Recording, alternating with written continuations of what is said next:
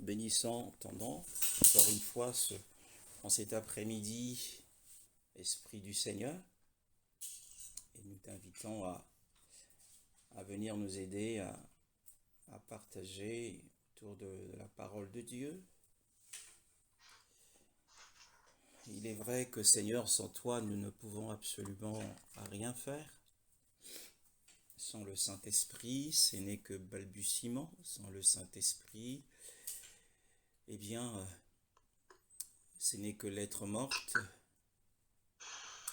Sans le Saint-Esprit, il n'y a pas de vie. Sans le Saint-Esprit, il n'y a pas d'onction. Sans le Saint-Esprit, il n'y a pas de puissance. Sans le Saint-Esprit, il n'y a pas de révélation. Sans le Saint-Esprit, il n'y a pas de conviction. Sans le Saint-Esprit, il n'y a pas d'instruction. Sans le Saint-Esprit, le ministère est un ministère de condamnation, parce que la Bible dit que la lettre tue. C'est le ministère de la mort. Le Saint-Esprit est celui qui vivifie. Le Saint-Esprit est celui qui nous aide et il nous assiste, et il nous conseille. Il est l'auteur de la parole de Dieu. Merci Saint-Esprit de nous aider dans cet enseignement autour de l'Apocalypse au chapitre 4. Amen. Amen. Donc, nous poursuivons notre enseignement sur le livre de l'Apocalypse au chapitre 4. Et nous avons abordé le verset 4 lors de notre dernière réunion. Et nous poursuivons sur le verset 5 cet après-midi. Sœur Carole. Du trône sortent des éclairs, des voix et des coups de tonnerre, et devant lui brûlent 7 lampes ardentes qui sont les 7 esprits de Dieu. Le verset 4. Autour du trône se trouvaient 24 trônes, et sur ces trônes, 24 anciens étaient assis. Ils étaient habillés de vêtements blancs et portaient des couronnes d'or sur la tête. Amen. Amen. Donc nous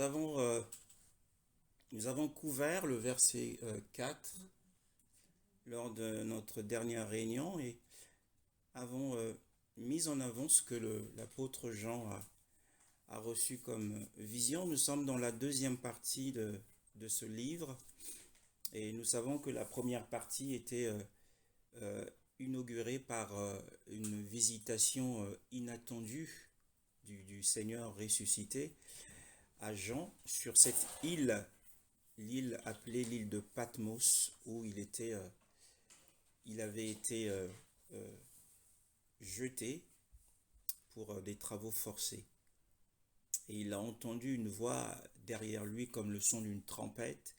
Et lorsqu'il s'est retourné, eh bien le spectacle qu'il avait vu l'a placé dans un tel malaise la Bible dit qu'il était donné pour mort.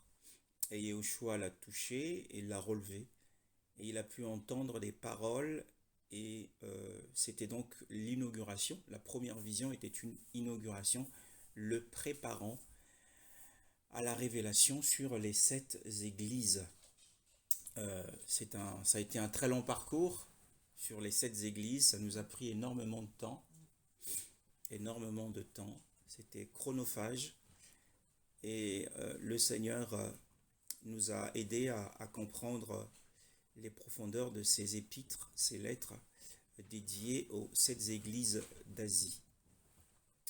Et nous avons également ici, en réalité, une seconde vision que l'apôtre Jean a reçue parce qu'il était dans l'insatisfaction. La Bible dit qu'il regardait.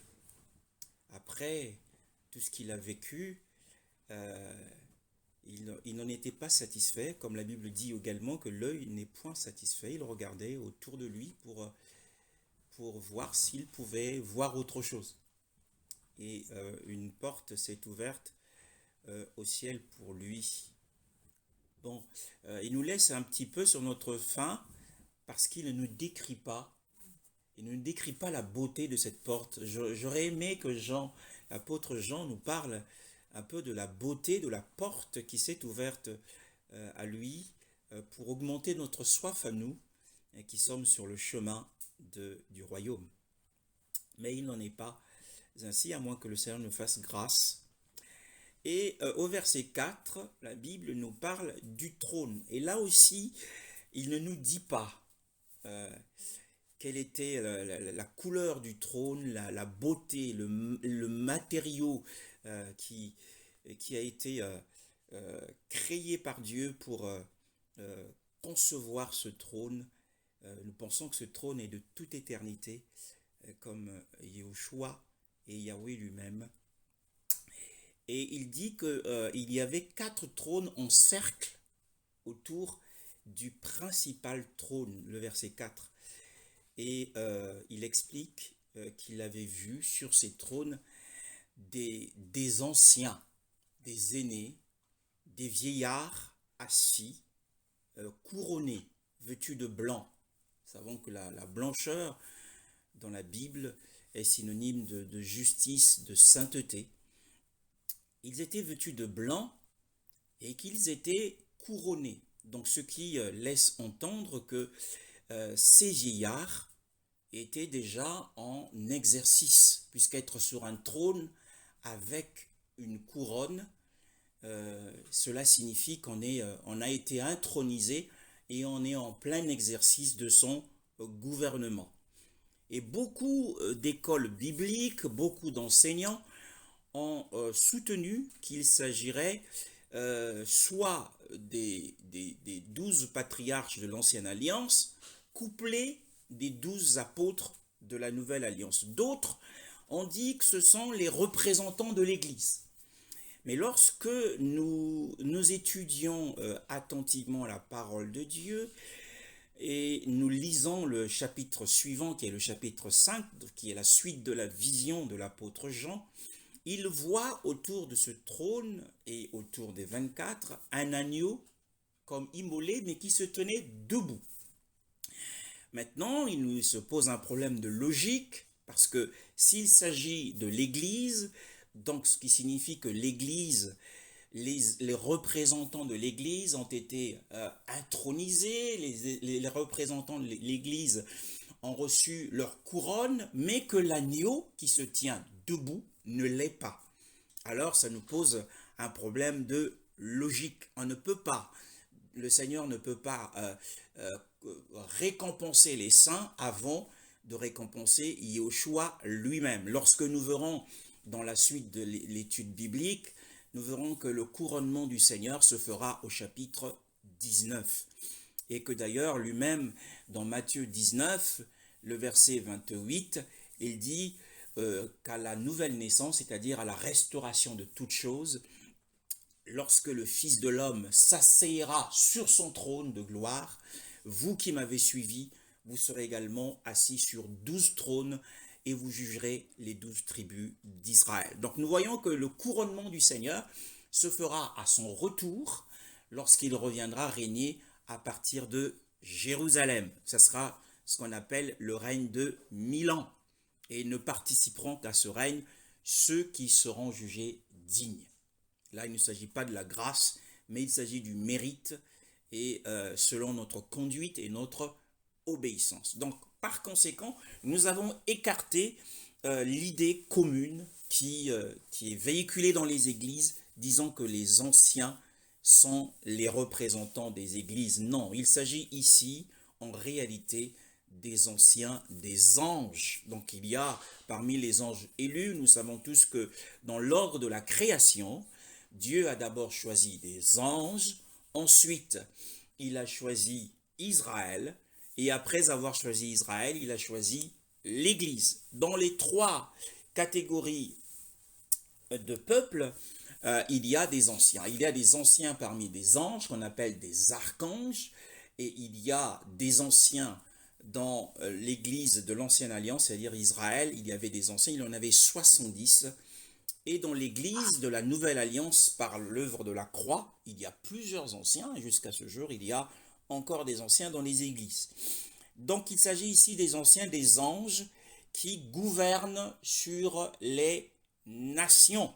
Et parmi ces anges, il y a par exemple, nous l'avons souligné, nous vous conseillons d'écouter ce message, il y a par exemple l'ange Michael qui est dédié à Israël. Daniel chapitre 10 nous en parle, que le prince du peuple d'Israël, c'est l'archange Michael, qui est censé garder ce peuple. Donc il y a des anciens, ce que d'ailleurs l'apôtre Paul appelle les dominations, les autorités dans les lieux célestes. Et donc ces anciens sont les anciens des anges qui sont vêtus de blanc. Voyons que cette blancheur n'a rien à voir avec le sang de Yahushua. D'ailleurs, certains commentateurs bibliques ont transcrit le chant qu'ont chanté les anciens. Ils ont inclus ces anciens dans ce chant, alors que dans les textes bibliques originaux, ces anciens ne chantent pas en disant qu'ils ont été rachetés de la terre, mais ils disent que les hommes, tu as racheté des hommes sur la terre. En fait, ne s'incluant pas à l'intérieur parce qu'ils n'ont pas été sauvés par le sang de Yahushua, mais ils ont été élus avant la fondation du monde. Alors, et nous poursuivons notre étude. Au verset 5, la Bible dit « Et du trône sortent des éclairs, des tonnerres et des voix. Et 7 lampes de feu brûlent devant le trône, qui sont les 7 esprits d'Élohim. » Waouh! Alors c'est pour cette raison que tout à l'heure nous prions afin que l'Esprit nous permette de donner vie à ces paroles. Je ne sais pas dans quel état d'esprit était l'apôtre Jean, mais je pense que moi j'aurais été à la place de l'apôtre Jean, je n'aurais pas eu des mots comme il les a eus pour décrire ce qu'il a vu. Il parle d'un trône qui est un trône central, un trône dominateur sur l'univers entier. C'est le trône de l'administration de Dieu. C'est le trône de l'administration d'Élohim. Alors, ce trône n'a absolument rien à voir avec le trône de la grâce qui est décrit dans Hébreux chapitre 4, le verset 16, où l'apôtre, d'ailleurs, encourage les saints à s'y approcher avec une grande assurance. Approchez-vous avec assurance du trône de la grâce, afin d'obtenir miséricorde et de trouver grâce pour être secouru dans vos besoins au moment opportun. Hébreux 4, le verset 16. Mais dans la description que l'apôtre Jean fait de ce trône, on n'y trouve ni la miséricorde ni la grâce. Mais ce qu'il dit de ce trône, qui est un trône central, que de ce trône jaillissent des charbons de feu, des éclairs de feu, des éclairs étincelants. Alors, la cérémonie à laquelle l'apôtre Jean devient l'assistant est une cérémonie terrible. C'est un spectacle terrible à soutenir. Il nous décrit celui qui est assis sur le trône. Il dit que celui qui est assis sur le trône a une apparence semblable à de la pierre de jaspe. Nous l'avons dit, ce qui signifie la gloire et la vie. Et a une apparence de sardoine qui nous parle du sang, de la rédemption. Alors, il nous décrit également que sur ce trône majestueux, sur ce trône glorieux, puisque la pierre de jaspe signifie la gloire d'Élohim, avec la vie, la couleur verte qui signifie la vie. eh bien sur ce trône majestueux et glorieux sortent, le terme est violent, il y a un jaillissement des flèches de feu. Nous savons que l'éclair, lorsqu'il s'élance, si nous assistons à l'élancement d'un éclair, nous pouvons en prendre peur. Mais l'apôtre a vu ce jaillissement d'éclairs. Il y avait dans cette séquence des éclairs qui sortaient avec fougue. C'est la foudre. L'éclair de feu, c'est la foudre. Alors que Moshe était en Israël, lorsqu'il était en Israël, l'un des fléaux, l'une des malédictions, l'un des jugements que Yahweh avait prononcé, le jugement qui s'était abattu sur le peuple égyptien, la foudre en faisait partie. La foudre faisait partie de ce fléau. Donc on voit de ce trône jaillir une foudre brûlante. Du trône majestueux ne sort pas la grâce, la miséricorde. Alors, il n'y a rien de rassurant lorsqu'on s'approche de ce trône. C'est le trône du jugement. Dans la séquence que l'apôtre Jean décrit ici, eh bien, qu'il y a ce jaillissement des éclairs de feu. Ensuite, lorsque les éclairs de feu jaillissent, la deuxième séquence, en fait, les éclairs de feu précèdent.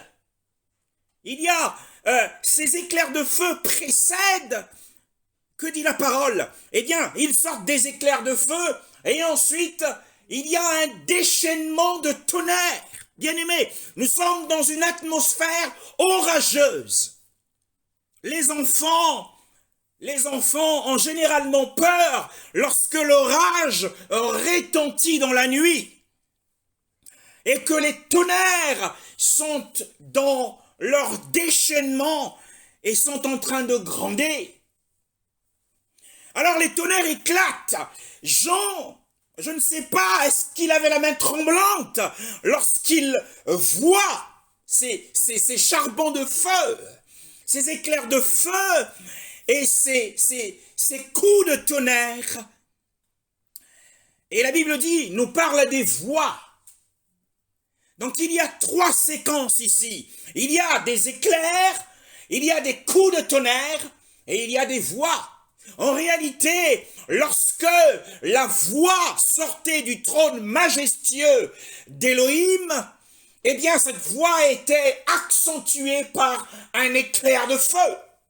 Et lorsque la voix sortait de ce trône majestueux et glorieux, eh bien cette voix était accompagnée d'un coup de tonnerre.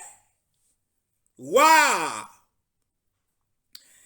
Ce n'était pas un spectacle réjouissant, mais c'était quelque chose de terrible.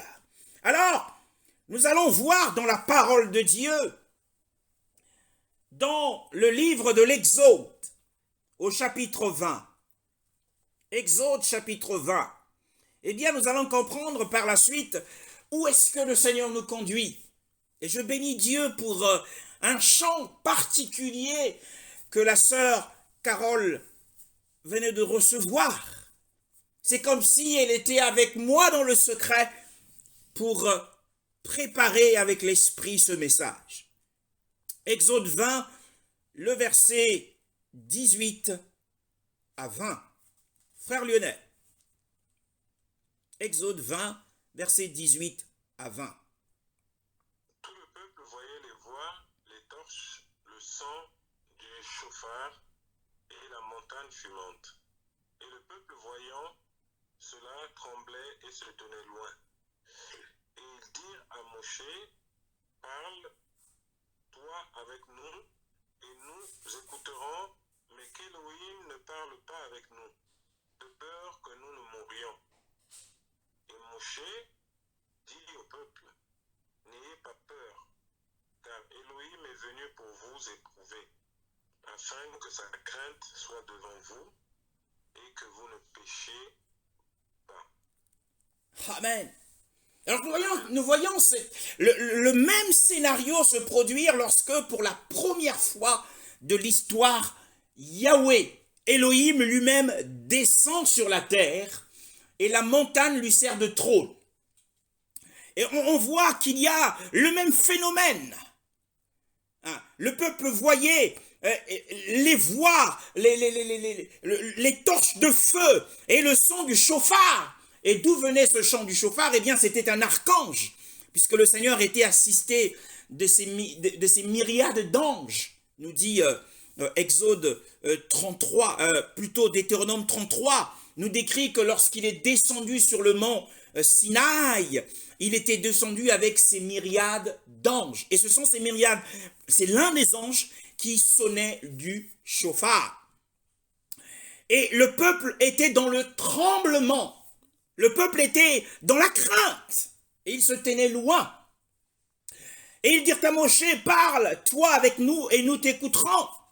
Mais qu'Élohim ne nous parle pas, ne parle pas avec nous, de peur que nous ne mourions. Et c'est pour cette raison que je me demande comment est-ce que l'apôtre Jean, même en esprit, puisqu'il était en esprit, le jour où le Seigneur l'a appelé à monter dans le ciel, comment est-ce qu'il a pu tenir en face des phénomènes qu'il décrit dans Apocalypse 4, le verset 5, lorsqu'il dit que des éclairs de feu et des éclatements de tonnerre en retentit venant du trône, et il y avait des voix. Ici, on voit le peuple mourir de peur.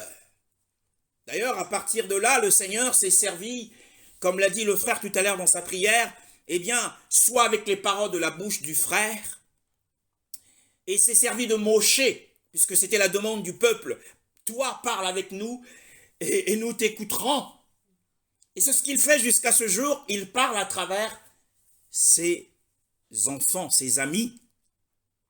Et parce que cette expérience, si elle se reproduirait, si elle se reproduit, et il est moins sûr que nous restions vivants si le Seigneur nous parlait face à face. L'homme ne peut voir Dieu et vivre. Et Moshe dit au peuple, n'ayez pas peur. Mais ce Moshe qui dit au peuple, n'ayez pas peur, le livre des Hébreux, chapitre 12, nous dit qu'il était tout tremblant lui-même.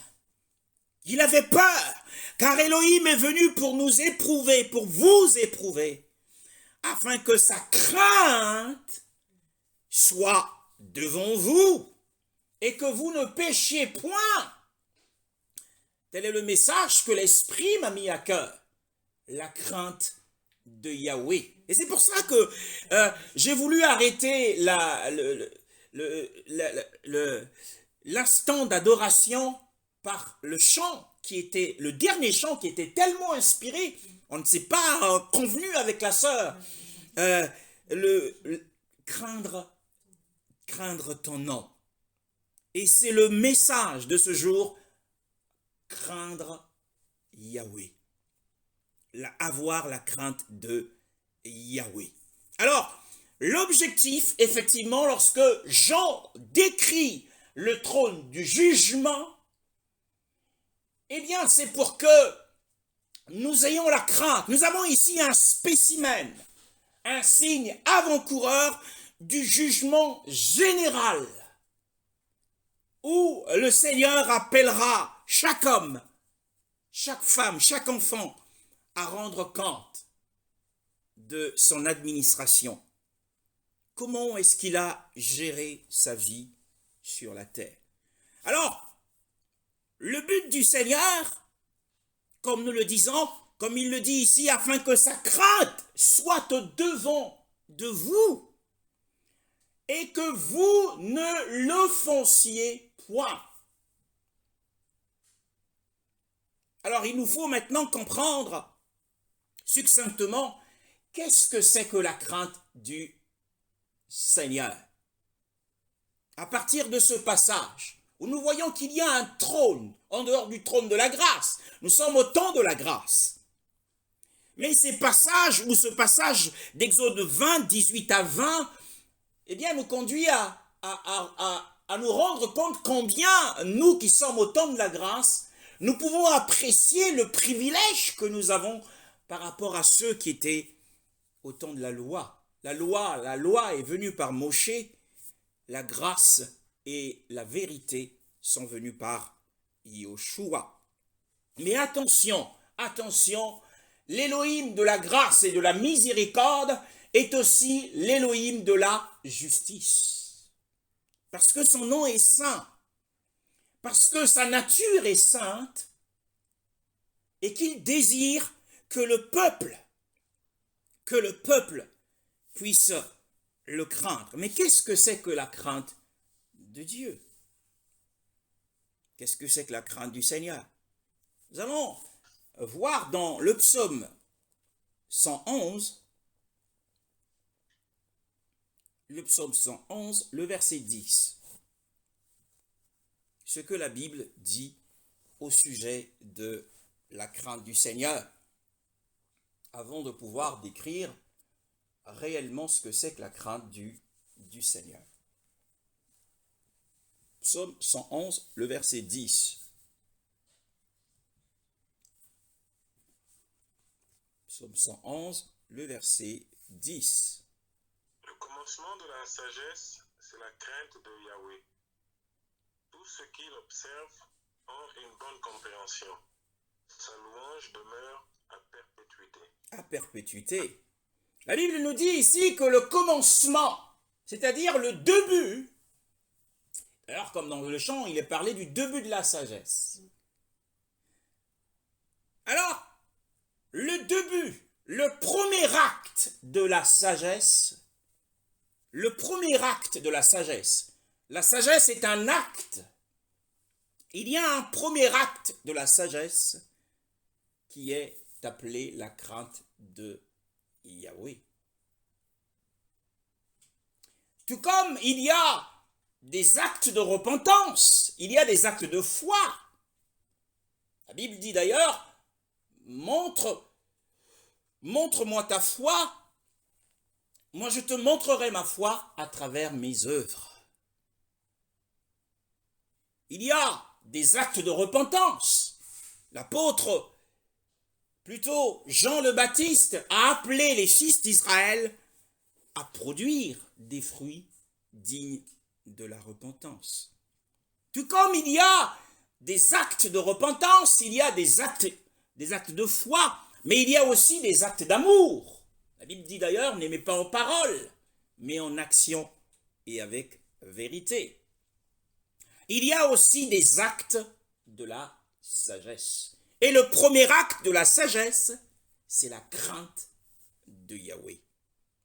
Donc nous comprenons que, eh bien, le début de la sagesse constitue la partie ou bien le fondement de la sagesse, le fondement sur lequel toutes les vertus qui émanent de la sagesse s'écoulent.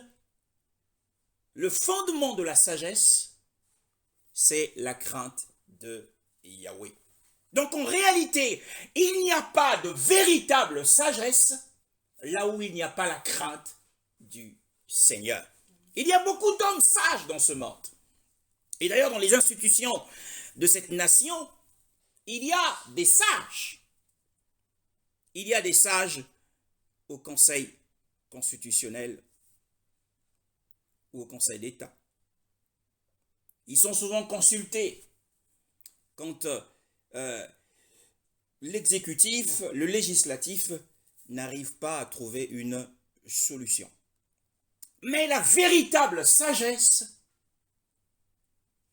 n'a de sens que lorsqu'il y a derrière la crainte du Seigneur.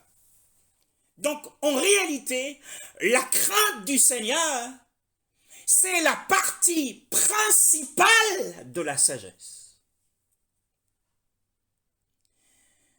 La sagesse a plusieurs facettes.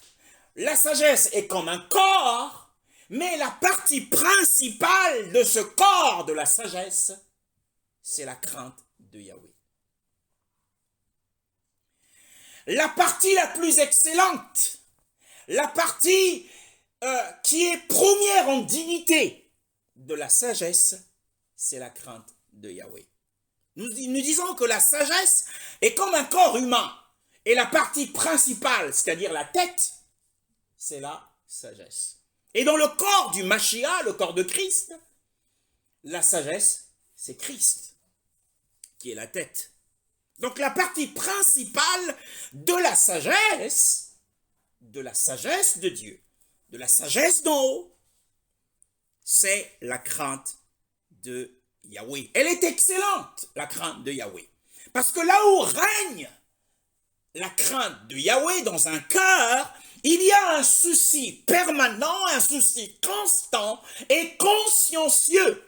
Hein, on est conscient et on est, constamment en train de se soucier de quelle manière l'on doit garder la parole du Seigneur. Là où règne, dans le cœur où règne la crainte de Yahweh. Et c'est pour cette raison que le Seigneur, il donne des visions aussi spectaculaires, aussi terribles, qui suscitent la terreur, afin de susciter dans le cœur cette crainte de Yahweh. Nous disons que c'est la partie principale de la sagesse. Nous pouvons rechercher la sagesse. La Bible dit que les Grecs recherchent la sagesse. Et les Juifs recherchent les signes, les miracles. Mais la véritable sagesse est en Yeshua. Oh, combien j'aimerais avoir un cœur aussi rempli de la crainte de Yahweh. La crainte du Seigneur. Qu'est-ce que c'est? Deutéronome chapitre 5. Deutéronome chapitre 5. Le verset 23.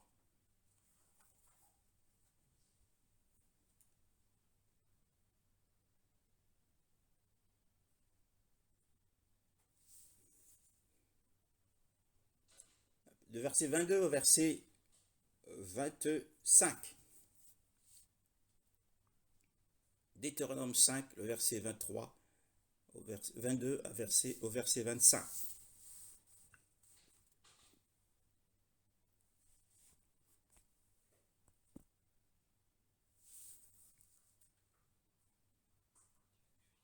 Oui. Deutéronome 5. Verset. Deutéronome 5. Oui, 22 à 25. Le chapitre. Oui. Chapitre 5, le verset 22 à 25.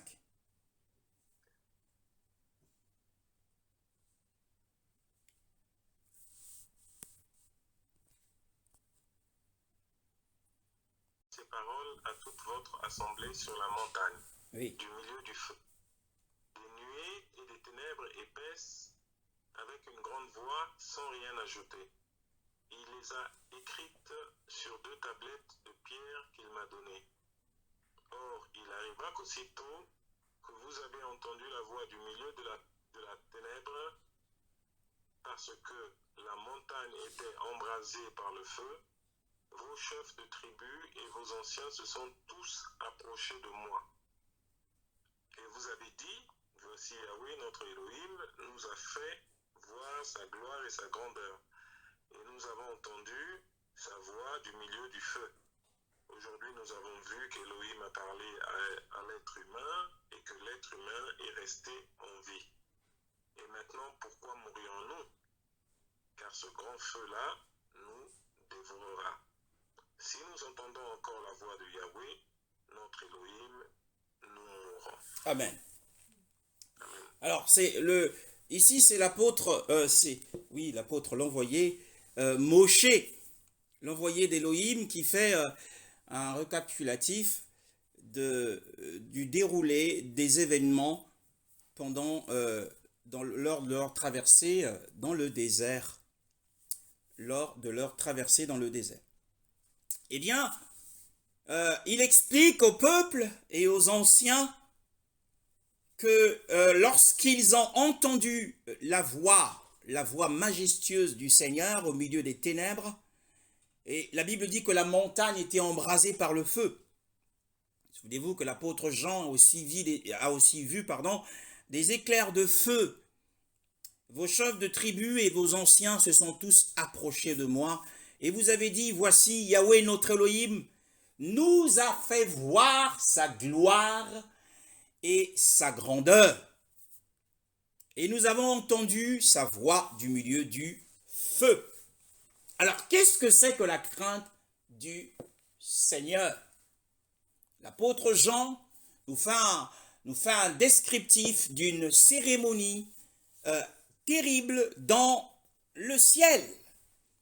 Et les fils d'Israël ont vécu quelque chose de similaire bien des milliers d'années avant cela. Et la Bible dit que dans ce qu'ils décrivent, ils disent que Elohim leur a fait voir sa gloire et sa grandeur. La crainte de Yahweh, le premier principe de la crainte de Yahweh, c'est le respect que nous avons de sa gloire et de sa majesté. En fait, c'est la gloire majestueuse de Dieu, d'ailleurs, que nous exprimons dans nos louanges et dans notre adoration. C'est le premier aspect, le premier principe ou la principale de la sagesse, c'est le respect que nous avons de sa gloire et de sa majesté. Nous reconnaissons que notre Dieu est grand. Cette reconnaissance, d'ailleurs dans la prière dite du Seigneur, il dit, lorsque vous priez, dites que ton nom soit sanctifié, c'est-à-dire glorifié, mis à part. Donc là, le cœur du croyant, lorsqu'il se tourne au Seigneur, lorsque le cœur du croyant se convertit au Seigneur et qu'il a été éclairé par la lumière de l'Évangile, eh bien, son cœur doit être rempli des principes. Et le premier principe, c'est celui du respect que nous avons et de la reconnaissance que nous avons de la gloire et de la majesté du Seigneur. C'est le premier aspect de la crainte de Yahweh. Et nous avons dit que la crainte de Yahweh, c'est la partie principale de la sagesse de Dieu. C'est le début de la sagesse de Dieu. Et la sagesse de Dieu, la sagesse du Seigneur, lorsqu'elle nous anime, oh, combien j'aimerais que le peuple de Dieu, combien j'aimerais être rempli moi-même de cet esprit de sagesse. Parce que lorsqu'on est rempli de la sagesse divine, eh bien, notre façon de parler et notre façon d'agir, oh, conviendra au Seigneur. Et nous serons en cohérence avec nous-mêmes et avec la parole de Dieu. Lorsqu'on est rempli de l'esprit de sagesse. Puissent les enfants que nous avons être remplis de l'esprit de sagesse. Alors, le premier aspect, le premier principe que l'on doit avoir dans son cœur, c'est le respect de la majesté et de la grandeur de Dieu. C'est le premier aspect de la crainte de Yahweh. Mais il y a un autre aspect de la crainte de Yahweh. Et pour le découvrir, nous allons dans le livre de Luc, l'évangile de Luc, au chapitre 12. Évangile de Luc, chapitre 12, le verset 4 à 5. Évangile de Luc, chapitre 12, le verset 4 à 5. Le cœur, mon cœur doit être rempli de principes, des principes de la crainte de Yahweh. Et le premier principe de la crainte, c'est le respect. Et ce respect n'est autre que le fait d'honorer le Seigneur parce qu'il est grand, parce qu'il est glorieux. Il y a un autre principe de la crainte qui doit être dans notre cœur. Luc chapitre 12, le verset 4 à 5. Oui, mon frère.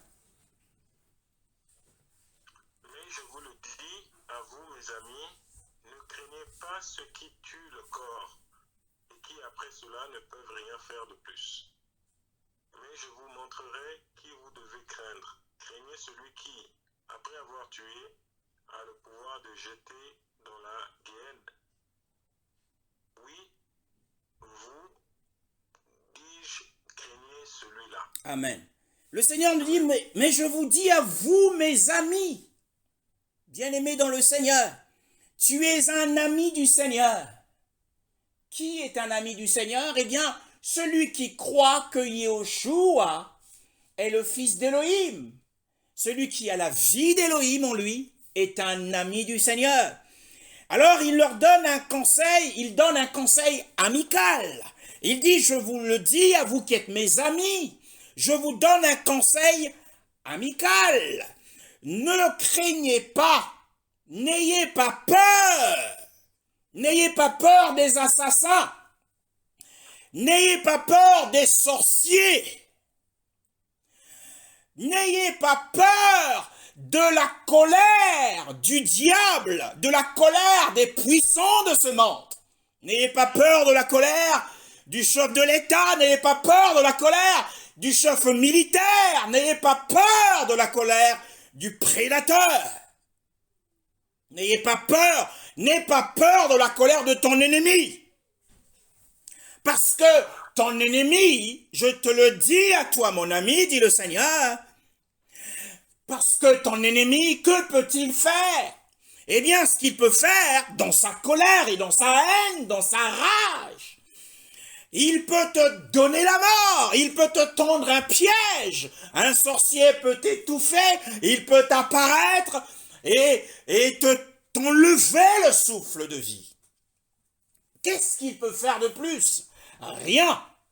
Mais toi qui es l'ami du Seigneur, toi qui es en Yahushua, s'il t'enlève ton corps, ce qu'il est en train de faire, c'est qu'il est simplement en train d'emmener ton corps sur un lieu de repos.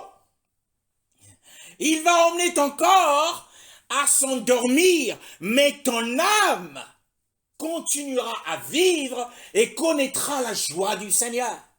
C'est ce qu'il est en train de dire ici. Lorsque ton ennemi, ton assassin, celui qui a quelque chose contre toi, qui veut boire ton sang, finalement, avec la permission du Seigneur, il faut que le Seigneur le permette. S'il le permet, parce qu'il le dit d'ailleurs au verset 6, ne vend-on pas 5 petits passereaux pour 2 as? Cependant, aucun d'eux n'est oublié devant Dieu.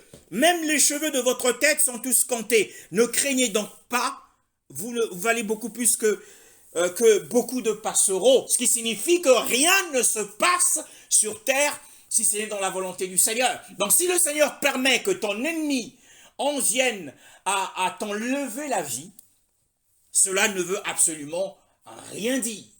Parce qu'il ne touchera pas à ton âme continuera à vivre dans le Seigneur.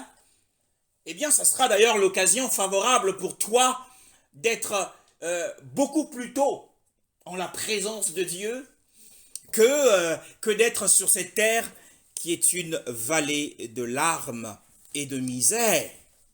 Donc le Seigneur dit, ne craignez pas le vengeur de la mort. Ne craignez pas le vengeur du sang. Parce qu'ils sont limités dans leur action. Ne crains pas ton ennemi, qu'il soit un ennemi nocturne ou bien physique, ne le crains pas. Mais le Seigneur dit, eh bien, moi, je vous montrerai. Il nous a fait la promesse qu'il nous montrera. Le Seigneur a promis qu'il nous montrera celui que nous devons craindre le plus. Mais c'est facile à dire, effectivement, difficile à vivre, parce que lorsque nous voyons Moshe dans l'histoire que nous lisons dans le livre de l'Exode, chapitre 12, à partir du verset 13 à 15, nous voyons une histoire où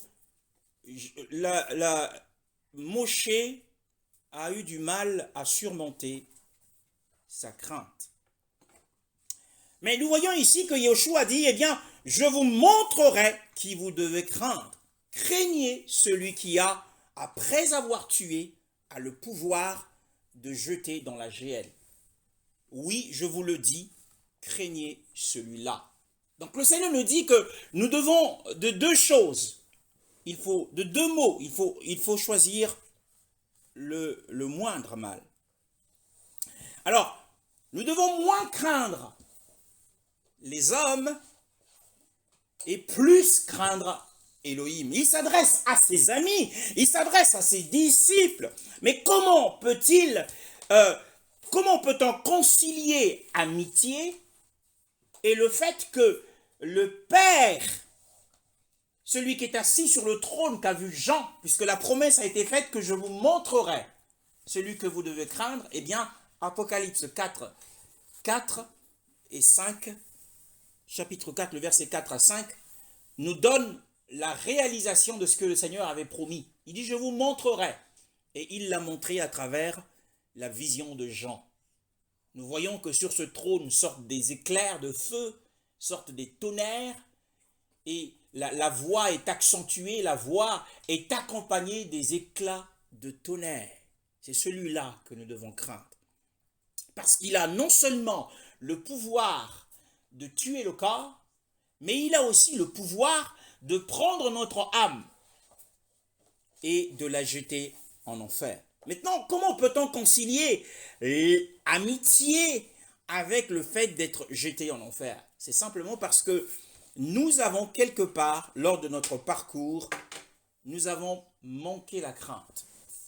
Nous avons dit que la crainte de Dieu, le premier principe de la crainte de Dieu, c'est le respect de la gloire et de la majesté de Dieu. Mais le deuxième principe de la crainte de Dieu, c'est aussi avoir la crainte de la colère de Dieu. Parce que ce que l'apôtre Jean décrit dans Apocalypse 4, le verset 5, c'est l'expression de la colère de Dieu. Les éclairs, les tonnerres et les voix. Et nous avons dit au tout début de cet enseignement que les éclairs, les tonnerres font partie des 10 fléaux qui se sont abattus sur l'Égypte. Dans les 10 jugements qui sont l'expression de la colère de Dieu contre les Égyptiens, il y avait des éclairs, la foudre, et il y avait des tonnerres. Donc c'est celui-là que nous devons craindre. Donc la crainte de Dieu, qu'est-ce que c'est? Mais c'est non seulement le respect de la grandeur de Dieu lorsque nous l'exprimons dans les chants, mais c'est aussi avoir la crainte de sa colère. Nous avons lu tout à l'heure que le Seigneur a dit par la bouche de Moshe, « N'ayez pas peur, c'est pour vous éprouver, c'est afin que vous ayez la crainte de lui devant vous et que vous ne péchiez point. Il ne faut pas l'offenser, il ne faut pas blesser le Seigneur de peur qu'il ne soit mécontent. » Donc la crainte de Dieu, c'est aussi craindre de provoquer la colère du Seigneur. C'est non seulement avoir du respect pour la grandeur de sa majesté, mais c'est aussi avoir la crainte de sa colère. Parce que si Dieu se met en colère contre nous, eh bien nous voyons le descriptif, les éclairs et les tonnerres. D'ailleurs, même le plus puissant paratonnerre ne saurait arrêter un tel grondement de tonnerre. Donc, celui que vous devez craindre, c'est celui-là. C'est celui que, lors de son parcours, puisque nous sommes les amis de Yahushua, eh bien, au bout d'un moment, nous avons perdu ces principes. Parce que dans un cœur où il y a la crainte du Seigneur, il y aura un souci constant et consciencieux de garder la parole de Dieu et de ne point pécher contre le Seigneur. Et il arrive d'ailleurs, l'apôtre Paul le dit, n'attristez pas le Saint-Esprit de Dieu. Le Saint-Esprit de Dieu. Il faut que nous ayons dans notre cœur cette sensibilité. Eh bien, lorsqu'une parole sort de notre bouche, et que si cela a déplu au Seigneur, c'est la crainte de lui déplaire, et que nous ressentions dans notre cœur que nous avons attristé l'Esprit. Comme hier, lors de notre sortie, eh bien, la réaction que j'ai eue vis-à-vis de ma fille, et l'Esprit, tout de suite après, s'est attristé, et j'ai vu que, eh bien, dans mon cœur, le Seigneur n'était pas content de moi, de mon attitude. Il n'était pas content de mon attitude. Le cœur doit être d'avoir ce principe de craindre le mécontentement du Seigneur à travers notre façon de parler, à travers notre façon d'agir. Je vous montrerai qui vous devez craindre. Et celui qui, au jour du jugement, non seulement nous sommes morts, mais qui ensuite peut parce qu'il y aura un temps de discipline pour les enfants rebelles. Il y aura un temps, ceux qui ne participeront pas au règne de 1000 ans, passeront par le feu. 1 Corinthiens chapitre 3, à partir du verset 10, nous le dit, nous serons sauvés, mais comme à travers le feu. Ce sera le feu du jugement. Et d'ailleurs, un passage de la parole de Dieu, c'est dans 2 Corinthiens 5, s'il vous plaît. 2 Corinthiens 5, le verset 10.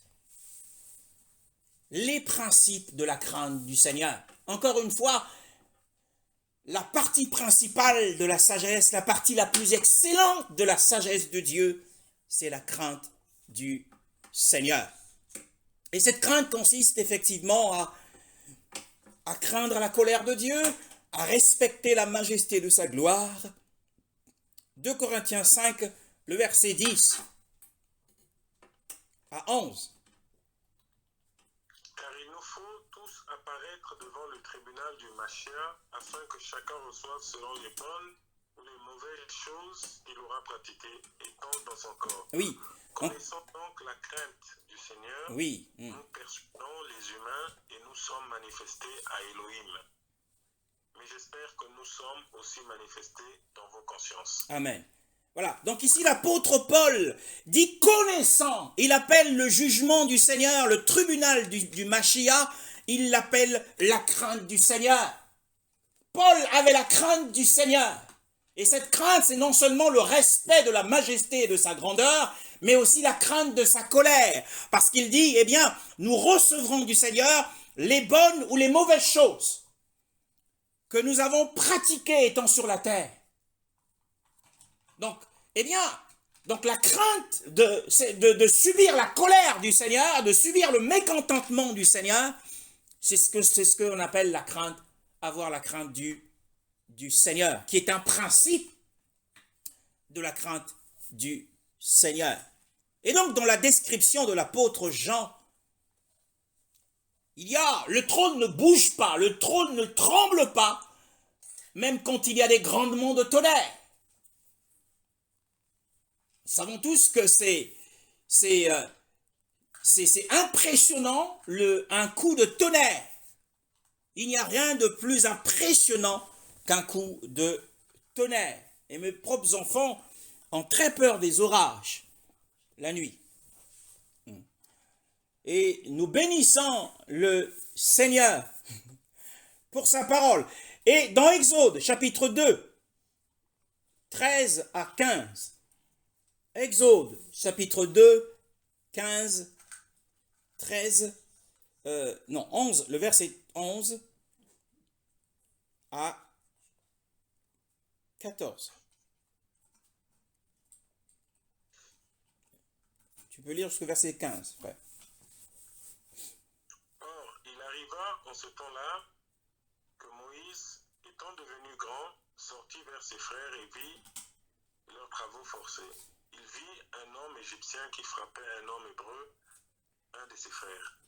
Il se tourna de côté et d'autres et vit qu'il n'y avait personne. Il tua l'Égyptien et le cacha dans le sable.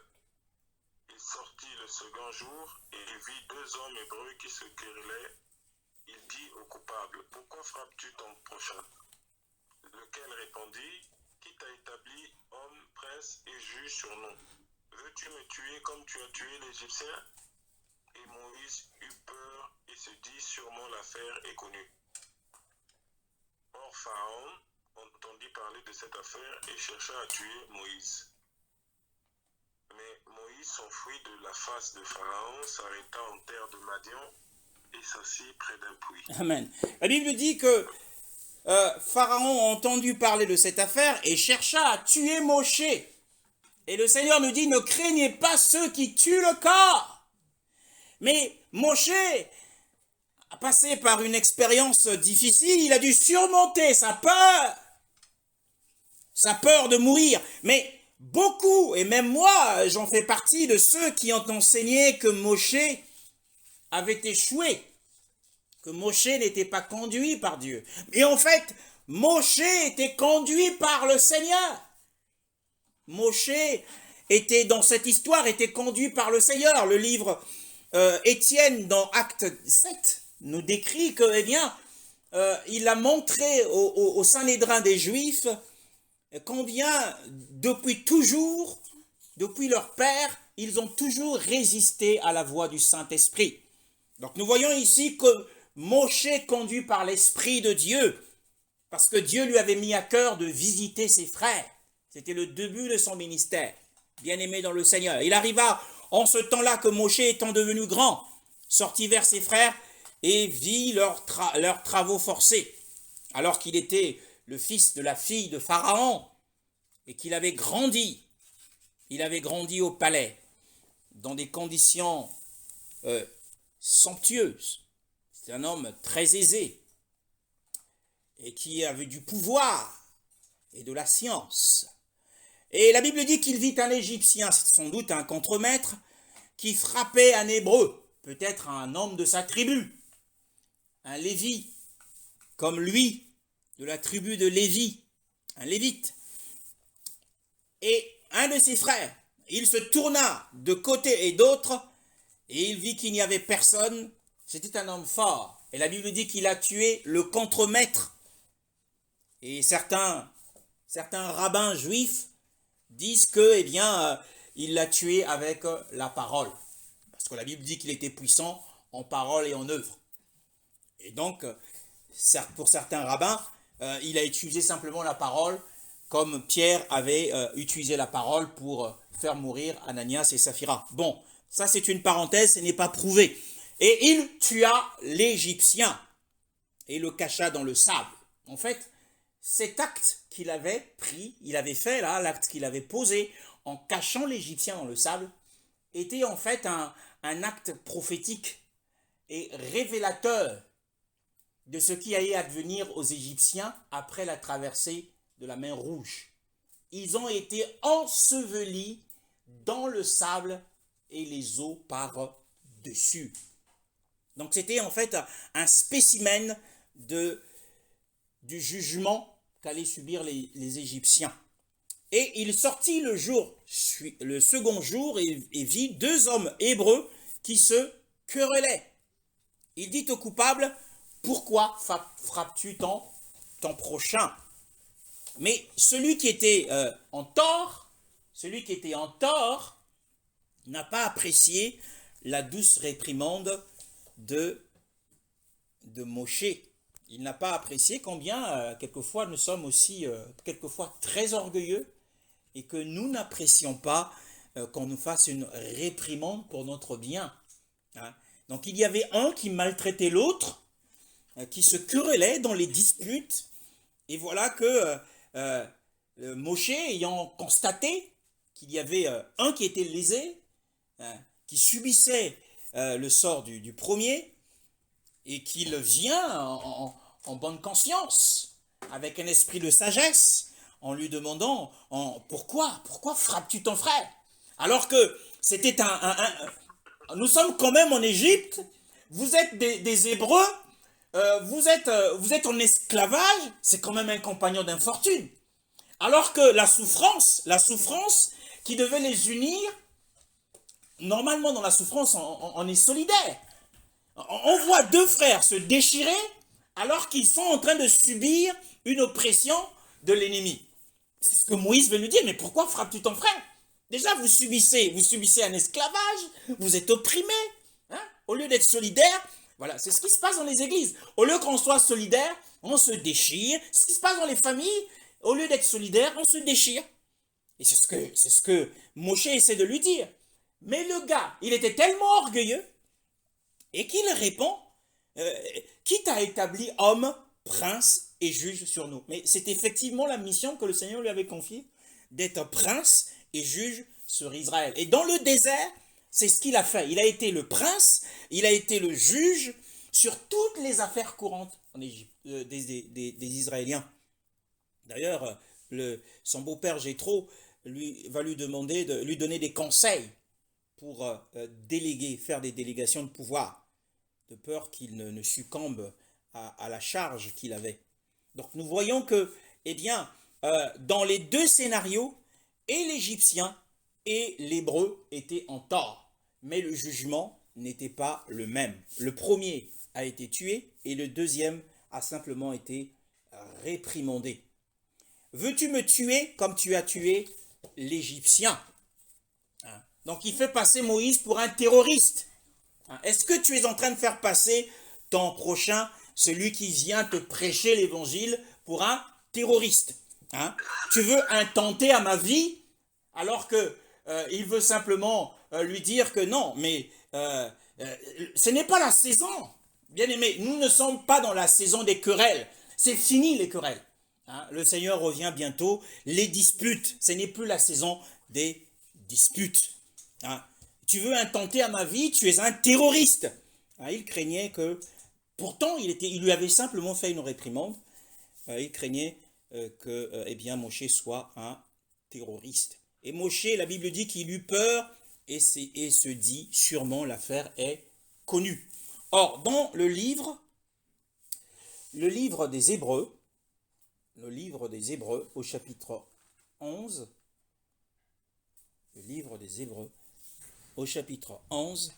nous reparle un peu de cette affaire, et la Bible dit, à partir du verset 27,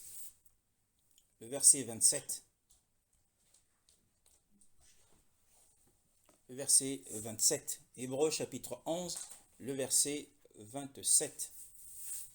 À la fois, il quitta l'Égypte sans craindre la fureur du roi, car il demeura ferme, comme voyant celui qui est invisible. Amen. Par la foi. Ici, on nous dit que par la foi, il a quitté l'Égypte sans craindre la fureur du roi. Or, dans le passage que nous avons lu précédemment, la Bible dit que Moshe eut peur. Donc, on voit qu'il avait, par la foi, il avait surmonté la peur des hommes, de la colère du roi. Donc nous devons également surmonter la crainte. C'est naturel d'avoir peur quelquefois si nous sommes attaqués par surprise. Les attaques par surprise créent souvent la peur. Tu te réveilles la nuit alors que tu es en train de subir en fait un étouffement d'un esprit qui veut te prendre la vie. Et je pense que la première réaction, c'est que ton cœur va battre très fort. La peur. Maintenant, il faut, dans ces cas, avoir utilisé l'arme de la foi. Et pour surmonter cette peur. Moïse, par la foi, il a quitté l'Égypte. C'était dans la volonté de Dieu. Alors, quelle est l'instruction de cette histoire? Eh bien, c'est que nous devons avoir les yeux ouverts et les oreilles ouvertes pour reconnaître le temps de la visitation du Seigneur. Le Seigneur était en train de visiter les fils d'Israël à travers le ministère de Moïse, de Moshe, Mais comme ils étaient insensibles à la voix du Seigneur, ils ont rejeté le Seigneur. Et parce qu'ils avaient rejeté le Seigneur a différé leur délivrance de 40 ans. En fait, la bénédiction qui devait leur être échue à ce moment-là, quand Moshe a vu ses deux frères, et que l'un d'eux a tout de suite soupçonné que Moshe avait qu'il était prétentieux, qu'il était impérieux, qu'il voulait être juge, prince, et un homme au-dessus d'eux. En rejetant le frère, en rejetant Moshe, ils ont rejeté le Seigneur. Donc, faisons attention de ne pas passer à côté d'une opportunité que Dieu nous donne. Et si notre conduite nous fait perdre cette opportunité, eh bien la bénédiction peut être différée de plusieurs saisons.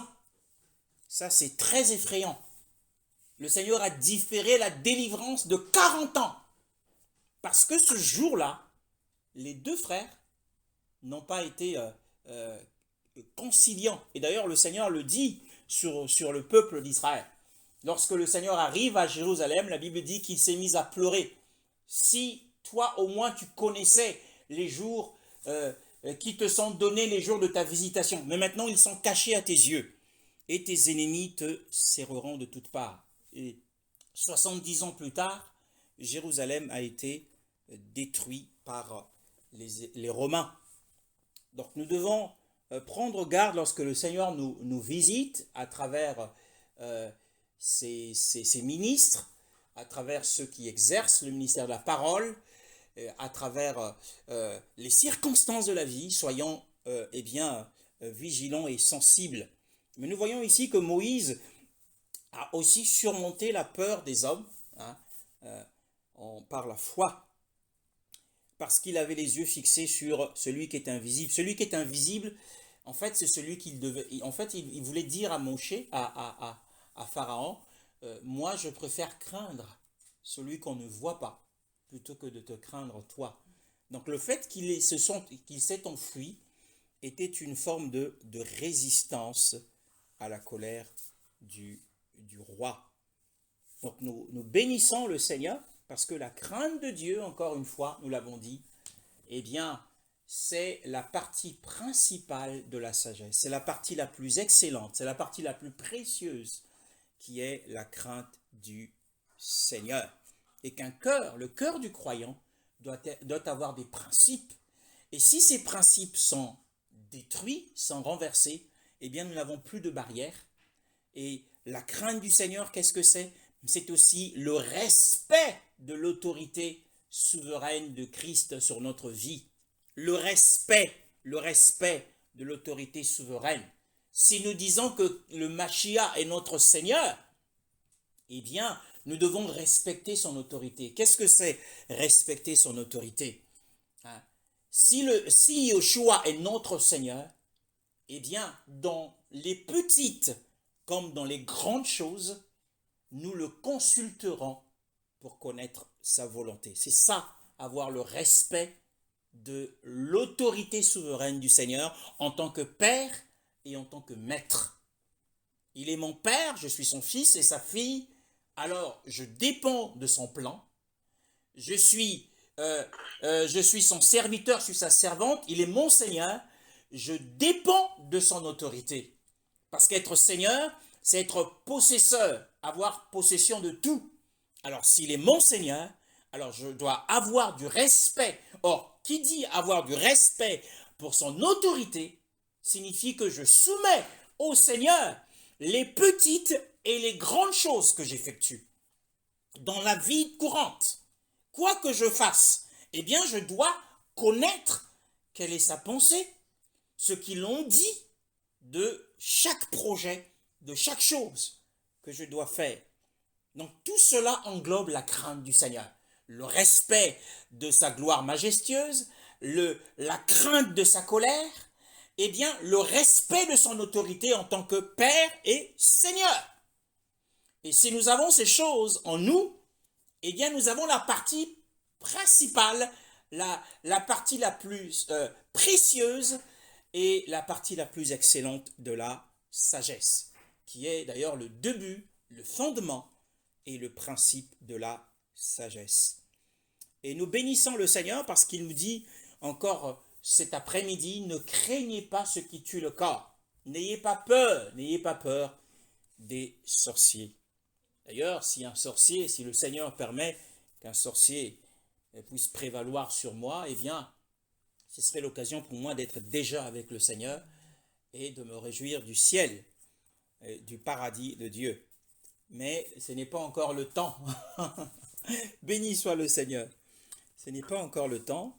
Il faut encore élever les enfants, il faut exercer le ministère.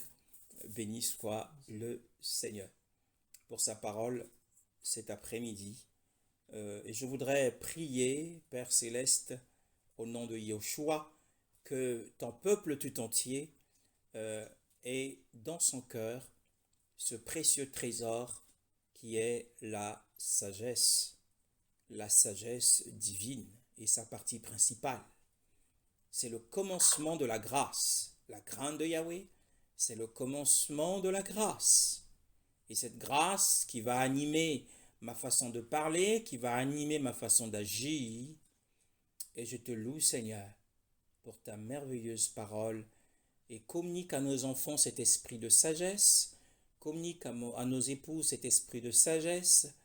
Communique, Seigneur, à nous autres prédicateurs cet esprit de sagesse. Le souci constant de garder ta parole, non seulement en la prêchant, mais en la mettant en pratique, Seigneur.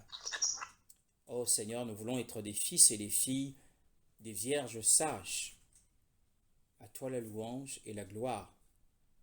Au nom de Yahushua, merci de guérir les maladies.